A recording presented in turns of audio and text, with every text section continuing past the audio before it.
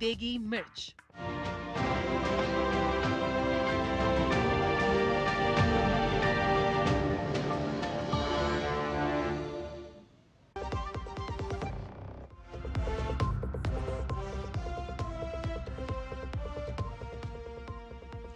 नमस्कार। दिवाली से पहले रेल कर्मचारियों को मिली है सरकार की तरफ से बड़ी सौगात। कैबिनेट ने 10 लाख से अधिक रेलवे कर्मचारियों के लिए 78 दिनों के उत्पादकता लिंक बोनस को मंजूरी दे दी है। लेकिन यही नहीं, आज की बैठक में और भी कई बड़े निर्णय किए गए हैं, जिनमें रेल की पटरियों पर भी विकास की गूंज सुनाई दी। बख्तियारपुर से राजगीर होते हुए तिलैया लाइन अब डबल होगी और मालगाड़ियों से लेकर यात्रियों तक सभी को फायदा मिलेगा। इसके साथ ही समुद्र की लहरों पर भी अब भारत और मजबूती से खड़ा होगा। कैबिनेट ने करीब 70,000 करोड़ रुपए का पैकेज शिप बिल्डिंग और मैरीटाइम सेक्टर को दिया है। इसके साथ ही देश में डॉक्टर बनने का सपना देखने वाले युवाओं के लिए भी बड़ी खबर है। सरकार ने तय किया है कि 10,000 से ज्यादा नई MBBS और PG सीटें जोड़ी जाएंगी। साथ ही DSIR की नई योजना पर भी 2,277 करोड़ खर्च किए जाएंगे, ताकि नए वैज्ञानिक तैयार हों और देश की शोध क्षमता और मजबूत हो। बिहार का NH 139W अब बनेगा 4 लेन हाईवे, जिससे सफर होगा और भी सुरक्षित। तो बढ़ेगा किस तरह से विकास, खुशी होगी डबल और तेज गति से होगा विकास का मार्ग प्रशस्त। इसी पर हम करेंगे आज चर्चा। मैं हूं रमा त्यागी, मेरे साथ जुड़ेंगे खास मेहमान भी।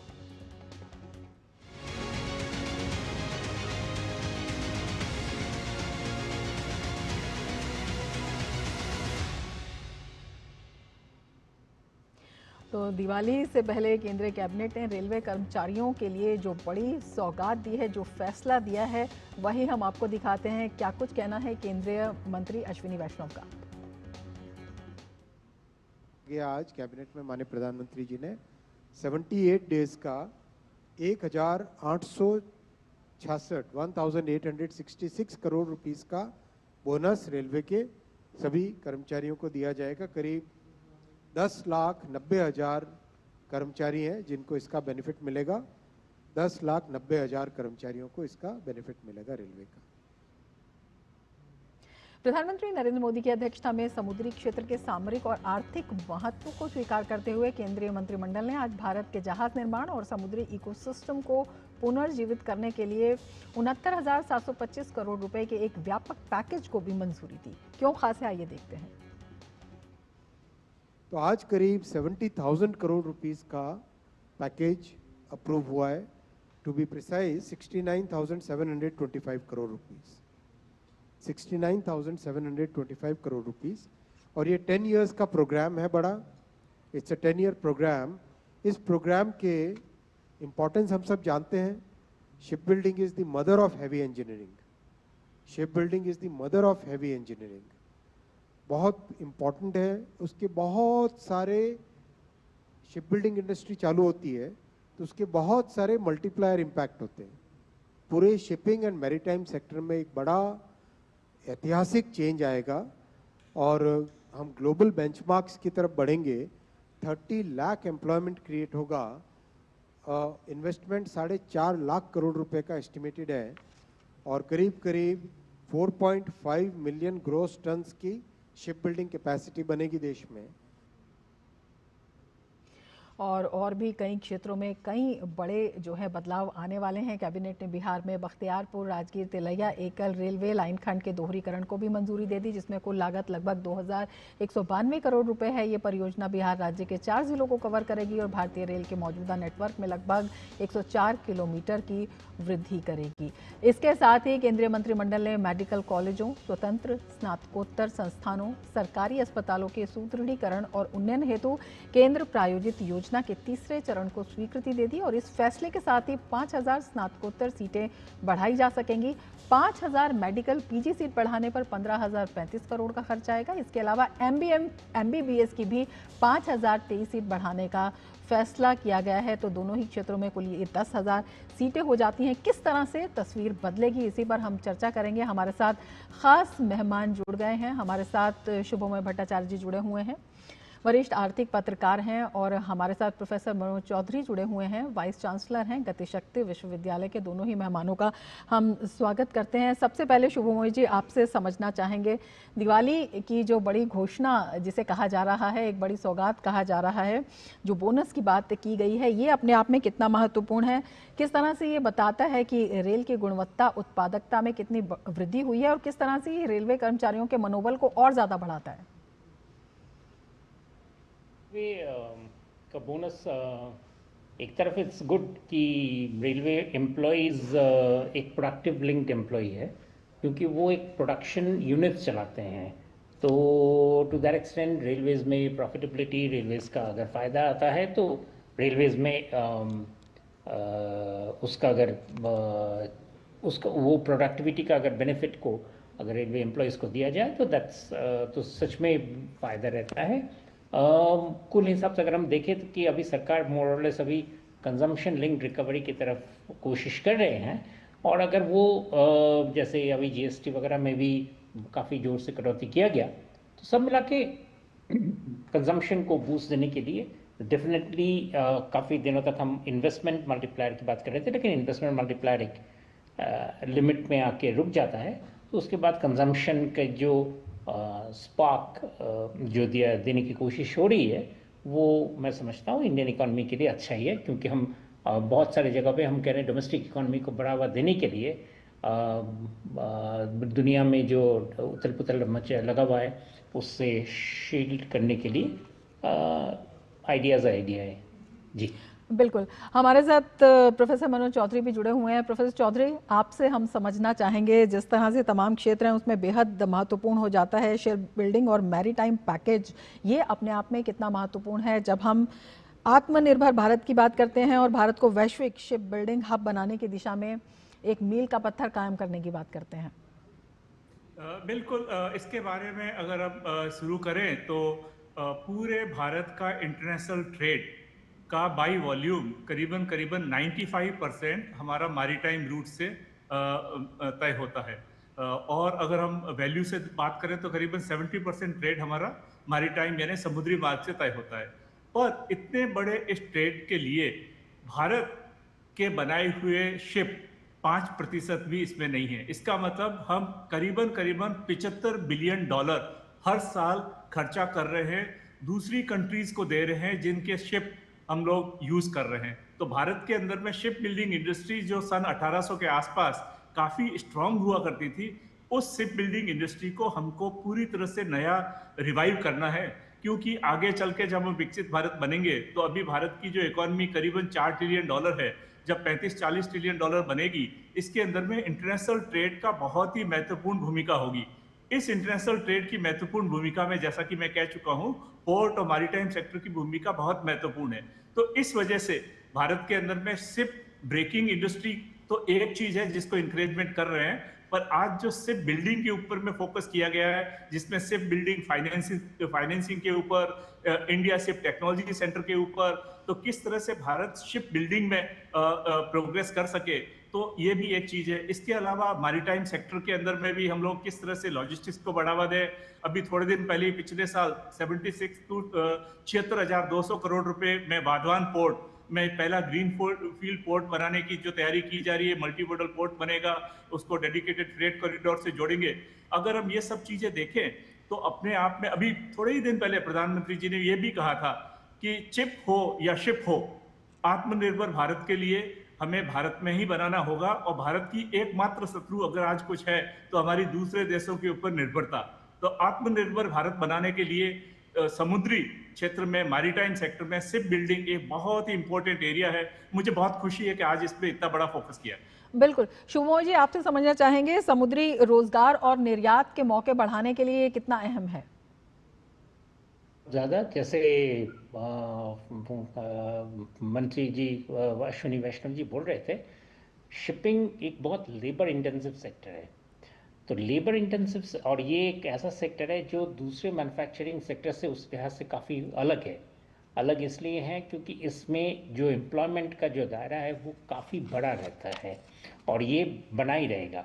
और भारत में चूँकि हम कोशिश कर रहे हैं कि शिप बिल्डिंग एक अहम एक इंडस्ट्री बन जाए, साथ में नए टेक्नोलॉजी के साथ, जो ग्रीन टेक्नोलॉजी जिसके हम एक्सपेक्टेशन करते हैं कि उसी के साथ ही शिप बिल्डिंग होंगी, तो आप अपने आप में ये सेक्टर एक बहुत बड़ा सिग्निफिकेंट रोल ले सकता है।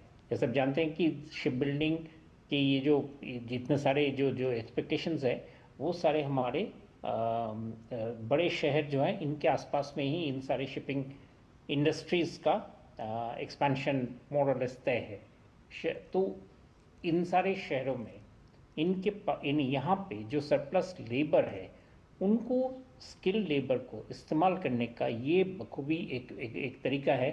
और इसका सच में ही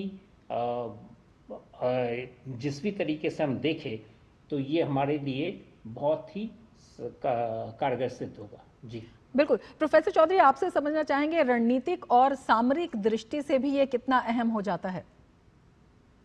जैसा कि कहा जाता है कि पोर्ट्स जो हैं सिर्फ व्यापार का दरवाजा नहीं होता। Ports are not only doors of trade, they are gateways to prosperity. तो विकास का रास्ता जो है हमारे पोर्ट के थ्रू जाता है। अगर हम सिर्फ पोर्ट की बात करें, भारत के अंदर में करीबन 7000 किलोमीटर से भी ज़्यादा जो लंबी कोस्ट लाइन है, हमारे 12 मेजर पोर्ट और करीबन 200 नॉन मेजर पोर्ट जिस तरीके से कर रहे हैं अच्छा काम। अभी उन पोर्ट्स के अंदर में पिछले 2 साल के अंदर में ही डिजिटलाइजेशन और मॉडर्नाइजेशन के द्वारा जो टर्न अराउंड टाइम होता है कि शिप आई, उसको खाली किया, नया सामान भरा, शिप को वापस रवाना किया, वो करीबन 42 घंटे से घटकर 22 घंटे पे आ चुकी है। तो हम लोग डिजिटलाइजेशन का भी अच्छा फायदा लेके पोर्ट को बढ़ा रहे हैं। पोर्ट के अंदर में हमें अपनी कार्गो हैंडलिंग कैपेसिटी को बढ़ाने के लिए हम ज़्यादा से ज़्यादा उसको कंटेनराइजेशन की तरफ भी आगे बढ़ा रहे हैं, बल्क कार्गो के अलावा। तो अगर आप भारत की अंदर भी देखें तो बहुत सारा जो है ट्रेड जो है, ऑयल है, काफ़ी चीज़ें हैं जो हम पोर्ट के ऊपर डिपेंडेंट है।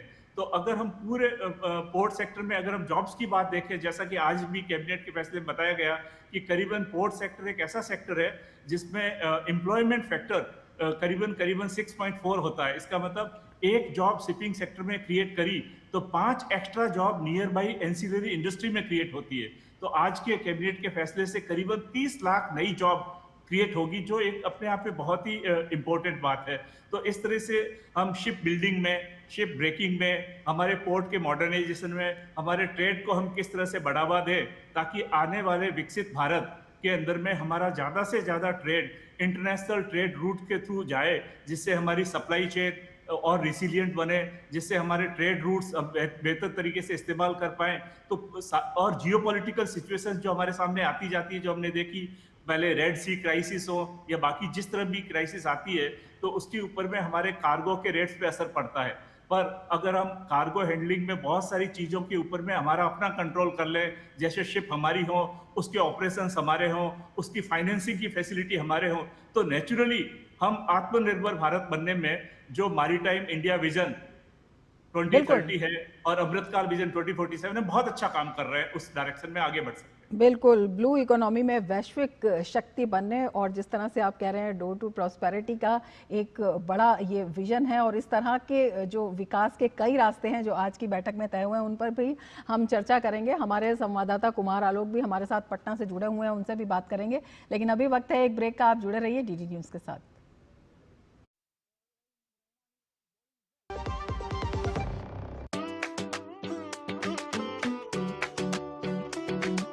स्वच्छोत्सव के बिना उत्सव सभी व्यर्थ है। स्वच्छता के ही है तोरण और उसी के अर्थ है। हो साच है स्वच्छता और सांझ हो इसमें सभी की काम ये, और आगे बढ़े रुके ना फिर ये कभी। स्वभाव में, संस्कार में स्वच्छता उमंग हो। स्वच्छता हो धर्म और स्वच्छता ही कर्म हो। 25 सितंबर 2025 को सुबह 8 बजे एक साथ एक दिन 1 घंटे के लिए स्वच्छता के लिए श्रमदान करें। मेरी पसंद, मेरी पसंद,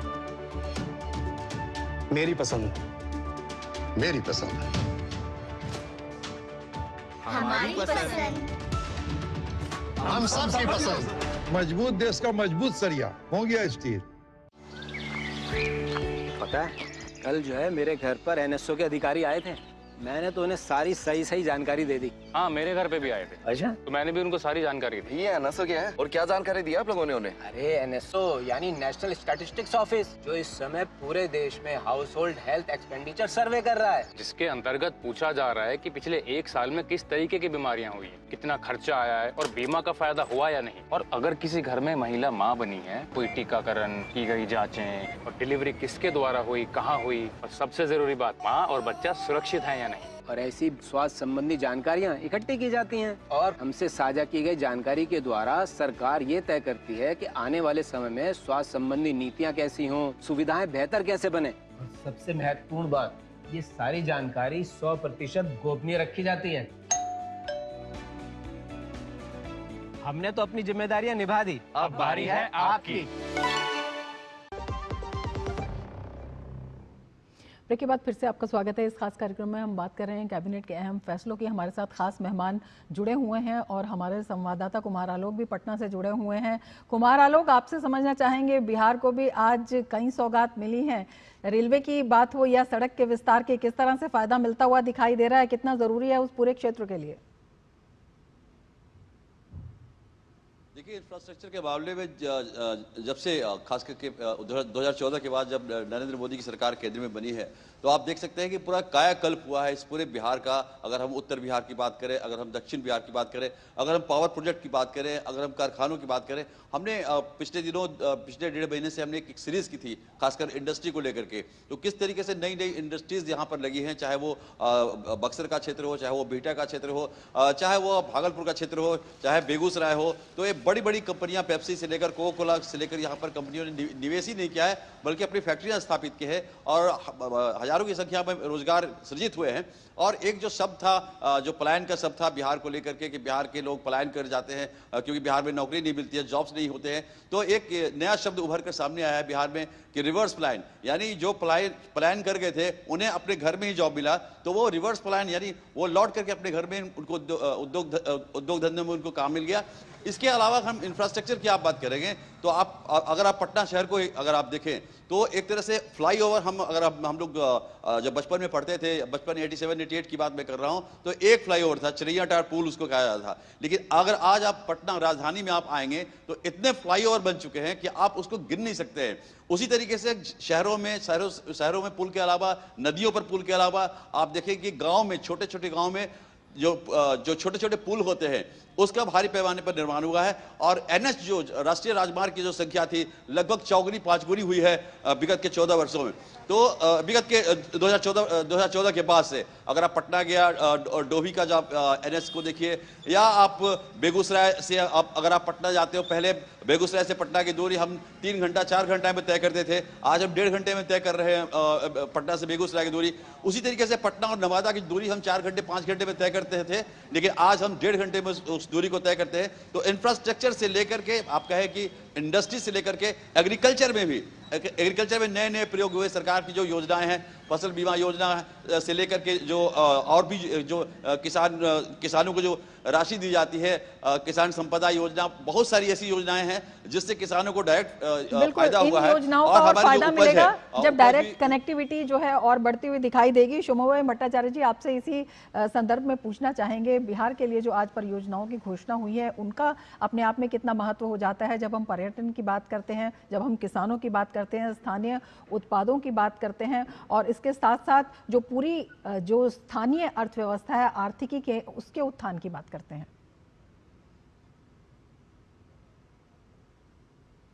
कई सालों से हम लोग बात कर रहे हैं कि बिहार को एक स्पेशल सपोर्ट चाहिए। स्पेशल सपोर्ट यानी कि ये नहीं कि एक्स्ट्रा कैश, बट ये कि स्टेट में जो रोजगार के जो ज़रूरत है उसको तभी मीट किया जा सकता है जब ट्रांसपोर्टेशन इंफ्रास्ट्रक्चर, सपोर्टिंग इंफ्रास्ट्रक्चर जो है वो सही होता है।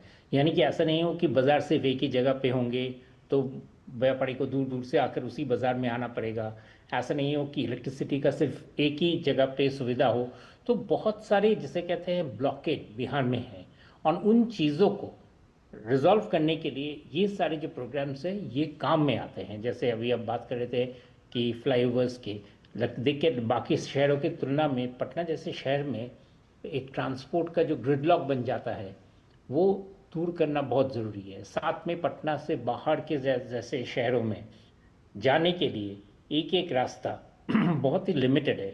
जितने ट्रांसपोर्ट बढ़ रहे हैं, जितना ज़रूरत है उसके हिसाब से उतना डेंसली पैक्ड स्टेट में इन सभी चीज़ों का प्रावधान बहुत ही कम है। इन सभी चीज़ों को रिमूव करने की अभी जो सरकार ये जो कोशिश कर रहे हैं ये सच में ज़रूरत है, सराहनीय है।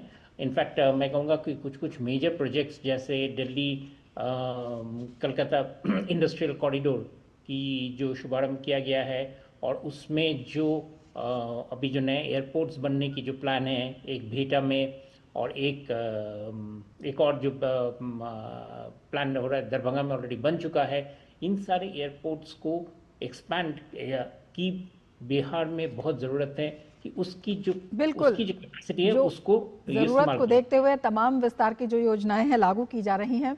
प्रोफेसर चौधरी, आपसे समझना चाहेंगे, अगर कैबिनेट के अन्य फैसलों की भी बात करते हैं, जिस तरह से हम बात कर रहे थे मैरीटाइम की, उसमें भी जो तमाम क्षेत्र हैं रणनीतिक रूप से हम बात कर रहे थे, इसके साथ ही जो समुद्री इंजीनियरिंग है, न्यू टेक्नोलॉजी है, उसमें जो युवाओं को रोजगार है वो बढ़ता हुआ दिखाई दे रहा है। और युवाओं की ही बात करें तो मेडिकल क्षेत्र में भी जो अब डॉक्टर बनना चाहते हैं उनके लिए भी सीट्स बढ़ा दी गई हैं, चाहे पीजी की बात हो चाहे MBBS की बात हो, दोनों में 5-5 हज़ार से ज़्यादा है, कुल 10 हज़ार से ज़्यादा। ये कितना वहाँ पर युवाओं को प्रोत्साहित करेगा पूरे देश के, और किस तरह से फायदा मिलता हुआ इसका दिखाई दे रहा है? आज के लिए वे सारे फैसले कैबिनेट के बहुत ही महत्वपूर्ण हैं। एक तरफ जैसा कि मेडिकल के अंदर हमें ज़्यादा डॉक्टर्स, ज़्यादा स्पेशलाइजेशन चाहिए और हमें पता है मेडिकल के अंदर में किस तरह का एंट्रेंस है, तो यूजी में भी 5000 सीट बढ़ाना, पीजी में 5000 सीट बढ़ाना, इसके अलावा स्पेशलाइजेशन को वाइड करना और ज़्यादा से ज़्यादा इस मेडिकल एजुकेशन को स्ट्रेंथन करना, जहाँ एक तरफ है। दूसरी तरफ भारत की साइंटिफिक कम्युनिटी को स्ट्रॉन्ग करने के लिए जो फैसला आज लिया गया, कैपेसिटी बिल्डिंग और human resource development scientific sector में CSIR के द्वारा, वो भी अपने आप में बहुत ही बड़ा है, जो भारत को ग्लोबल इनोवेशन इंडेक्स में भी आगे बढ़ाएगा और भारत की साइंस और टेक्नोलॉजी की क्षमता को आगे बढ़ाएगा। शुरू में आपने जैसा कि बताया कि रेलवे एम्प्लॉइज़ को जो प्रोडक्टिविटी लिंक्ड इंसेंटिव मिला गया वो अपने आप में बहुत महत्वपूर्ण है। क्यों? क्योंकि भारत में करीबन 12 lakh railway employee, 10,000 passenger train रोज, करीबन 10,000 फ्रेट ट्रेन रोज, करीबन 2 करोड़ पैसेंजर्स जो रेल से यात्रा करते हैं, 7,300 रेलवे स्टेशन को जो साफ रखते हैं, जो 15,000 लोकोमोटिव का रख रखाव करते हैं, जो 85,000 कोचेज और वैगन्स का ध्यान रखते हैं, तो अपने आप में मोटिवेशन भी एक इम्पोर्टेंट होता है। और रेलवे एम्प्लॉइज ने जो दिखाया भी है कि 1.6 बिलियन टन का कार्गो उन्होंने पिछले साल में कैरी किया है, तो रेलवे लाइफलाइन है कंट्री का, और उसके लिए रेलवे एम्प्लॉइज को मोटिवेशन के लिए भी ये फैसला बहुत ही इंपॉर्टेंट है। शिप बिल्डिंग और मैरीटाइम जैसा हमने डिस्कस किया, एक विकसित भारत के लिए एक मजबूत आधार स्तंभ है शिप बिल्डिंग सेक्टर। तो इस तरीके से आप देखें तो आज लिए हुए सारे के सारे फैसले, रेलवे ट्रैक का दोहरीकरण हो रहा है तो उससे हमारी एक्स्ट्रा फ्रेट ट्रेन भी चलेगी, उससे हमारी पैसेंजर ट्रेन की स्पीड भी बनेगी और यात्रियों को सुविधाएं भी मिलेगी। तो आज के लिए हुए पांचों जो इंपॉर्टेंट फैसले, सारे फैसले आम हित में, आम जनता को देखकर लिए गए हैं, जो चिकित्सा के क्षेत्र में है, विज्ञान के क्षेत्र में, टेक्नोलॉजी के क्षेत्र में, समुद्री मार्ग के क्षेत्र में, रेलवे के क्षेत्र में, सारे के सारे फैसले आज बहुत ही महत्वपूर्ण फैसले लिए गए हैं। मुझे लगता है ये दिवाली से पहले की दिवाली जो GST रिफॉर्म के साथ शुरू हुई वो कंटिन्यू हो रही। बिल्कुल, दिवाली से पहले की दिवाली जो GST रिफॉर्म्स के साथ बहुत महत्वपूर्ण आपने बात कही है। प्रोफेसर चौधरी आपका, कुमार आलोक आपका और शुभमय भट्टाचार्य जी आपका बहुत शुक्रिया हमसे जुड़ने के लिए और इतनी महत्वपूर्ण जानकारी हमारे दर्शकों के साथ साझा करने के लिए। तो आत्मनिर्भर भारत की दिशा में बेहद ज़रूरी है इंफ्रास्ट्रक्चर का विकास, कनेक्टिविटी और उसके साथ ही रोज़गार के तमाम अवसर, और साथ ही किस तरह से जो हमारे उद्योग हैं, जो हमारे विभिन्न रास्ते हैं, वो रणनीतिक रूप से भी और मजबूत बने। इसी को देखते हुए ये फैसले काफ़ी महत्वपूर्ण हो जाते हैं। इसके साथ ही चर्चा में फिलहाल इतना ही। दीजिए इजाज़त, नमस्कार।